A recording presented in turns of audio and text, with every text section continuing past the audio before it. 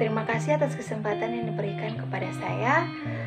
Perkenalkan, nama saya Cindy Fatika Sari Lohorau dengan NPM 12421420120023, kelas C, Prodi Keperawatan, Fakultas Kesehatan, Universitas Kristen Indonesia Maluku.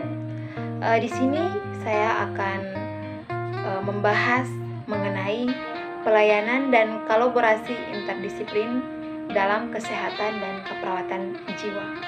Selanjutnya, selamat menyaksikan. Di sini saya akan membawakan materi mengenai pelayanan dan kolaborasi interdisiplin dalam kesehatan dan keperawatan jiwa. Yang pertama adalah kolaborasi.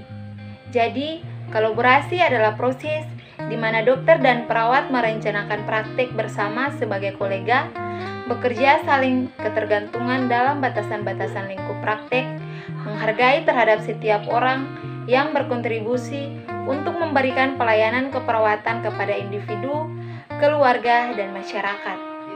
Bekerja bersama dalam kesetaraan adalah esensi dasar dari kolaborasi yang kita gunakan untuk menggambarkan hubungan perawat dan dokter. Dihargai bila terlibat secara fisik dan intelektual saat memberikan pelayanan kesehatan dalam lingkup praktek profesional keperawatan dengan pengawasan dan supervisi sebagai pemberi petunjuk, pengembangan kerjasama, atau mekanisme yang ditentukan oleh peraturan. Poin yang kedua adalah kriteria kolaborasi. Jadi, di sini terdapat 5 kriteria kolaborasi, yaitu yang pertama, adanya rasa saling percaya dan menghormati. Kedua, saling memahami dan menerima keilmuan masing-masing. Ketiga, memiliki citra diri yang positif.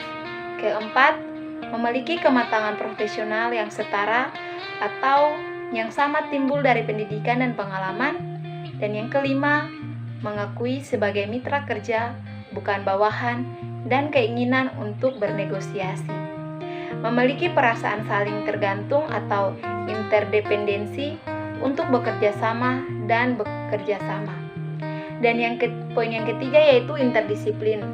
Jadi, interdisiplin merupakan suatu kegiatan yang didasarkan pada sejumlah dimensi kunci, termasuk di dalamnya adalah tujuan yang jelas, identitas bersama, komitmen bersama yang secara jelas masing-masing profesi saling berketergantungan dan interaksi satu sama lain. Kita masuk pada poin yang keempat, yaitu pelayanan dan kolaborasi interdisiplin dalam keperawatan jiwa. Jadi, yang perlu kita ketahui bahwa pelayanan dan kolaborasi interdisiplin keperawatan jiwa merupakan pelayanan kesehatan yang dilakukan oleh sekelompok tim kesehatan profesional.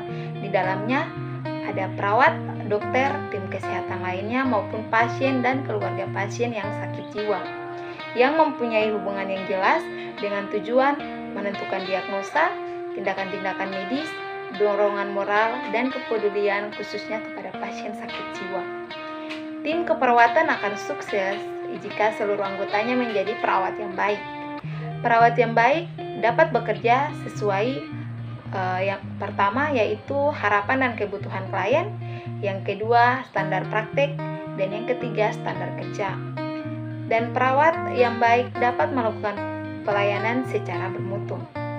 Di sini yang perlu ketahui terdapat 4 faktor kolaborasi, yaitu yang pertama tujuan bersama, yang kedua kontrol kekuasaan, yang ketiga lingkungan praktik, dan yang keempat kepentingan bersama. Yang kelima adalah kolaborasi interpersonal. Jadi, kolaborasi interprofesional adalah keterlibatan kolektif dari berbagai penyedia layanan kesehatan yang bekerja sama dengan pasien, keluarga, pengasuh, dan komunitas untuk mempertimbangkan dan mengomunikasikan perspektif unik satu sama lain dalam memberikan layanan dengan kualitas terbaik. Salah satu contoh kolaborasi interprofesional diilustrasikan oleh pertemuan bersama antara Virginia Bond dan kawan-kawan yaitu transisi ke praktek sosialisasi mahasiswa keperawatan sangat penting untuk mempersiapkan lulusan dan berinteraksi dengan berbagai individu profesional dan non-profesional dalam pengaturan perawatan kesehatan. Misi IPERJ adalah untuk memastikan para profesional kesehatan saat ini dan yang baru mahir dalam kompetensi untuk praktek yang berorientasi pada komunitas dan berorientasi pada populasi, berpusat pada pasien kolaboratif dan interprofesional. Area sasaran yang direkomendasikan untuk perhatian yang lebih besar termasuk yang pertama, menghilangkan hambatan untuk berlatih dan peduli, yang kedua, mengubah pendidikan, yang ketiga, berkolaborasi dan memimpin, yang keempat, mempromosikan keragaman, dan yang kelima, meningkatkan data. Yang keenam adalah kolaborasi interpersonal transformasi pendidikan.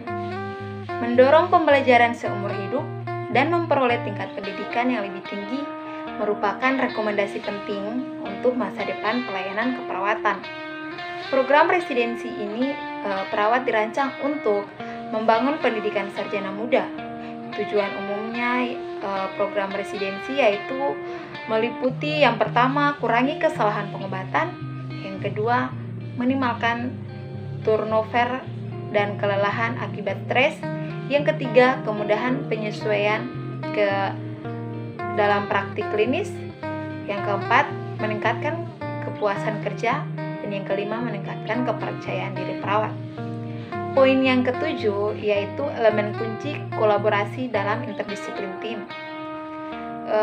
Fungsinya yaitu memberikan pelayanan kesehatan yang berkualitas dengan menggabungkan keahlian unik profesional untuk pasien sakit jiwa, produktivitas maksimal serta efektivitas dan efisiensi sumber daya. Yang berikut peningkatannya profesionalisme dan kepuasan kerja dan loyalitas, meningkatnya kohesivitas antara profesional, kejelasan peran dalam berinteraksi antara profesional, dan menumbuhkan komunikasi, menghargai argumen, dan memahami orang lain. Poin yang ke-8 yaitu hambatan kolaborasi dalam interdisiplin pelayanan kesehatan jiwa. Di sini terdapat 5 hambatan dalam kolaborasi, yaitu yang pertama, ketidaksesuaian pendidikan dan latihan anggota tim. Kedua, struktur organisasi yang konvensional. Ketiga, konflik peran dan tujuan. Keempat, kompetisi interpersonal. Dan yang kelima, status dan kekuasaan dan individu itu sendiri.